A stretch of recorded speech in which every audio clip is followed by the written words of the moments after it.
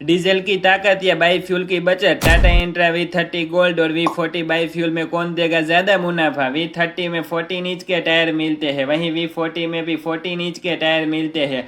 वहीं V30 में front end rear में semi optical lip spring suspension मिलते हैं। वहीं V40 में भी फ्रंट एंड रियर में semi optical lip spring suspension मिलते हैं। वहीं V30 में 8.9 फीट लंबा डाला मिलता है, 5.3 फीट की चौड़ाई मिलती है, 1.5 टन की पेलोड कैपेसिटी मिलती है।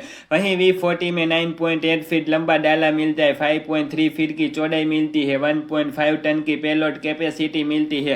वहीं V30 में 1+1 की पार्सिंग मिलती है। वहीं V40 में भी 1+1 की पार्सिंग मिलती है। वहीं V30 में इलेक्ट्रॉनिक असिस्टेंट पावर स्टीयरिंग मिलता है। वहीं V40 में भी इलेक्ट्रॉनिक असिस्टेंट पावर स्टीयरिंग मिलता है। वहीं V30 में एसी का ऑप्शन मिलता है। वहीं V40 में भी एसी का ऑप्शन मिलता है। वहीं V30 में 4 सिलेंडर 1497 सीसी का इंजन मिलता है, power 52 kilo, torque 160 newton metre. वहीं V40 में 3 सिलेंडर 1199 सीसी का इंजन मिलता है, पावर 39 किलो और टॉर्क 96 न्यूटन मीटर। अब आपकी पसंद कौन सी है, V30 गोल्ड या V40 बाईफ्यूल? कमेंट में बताइए।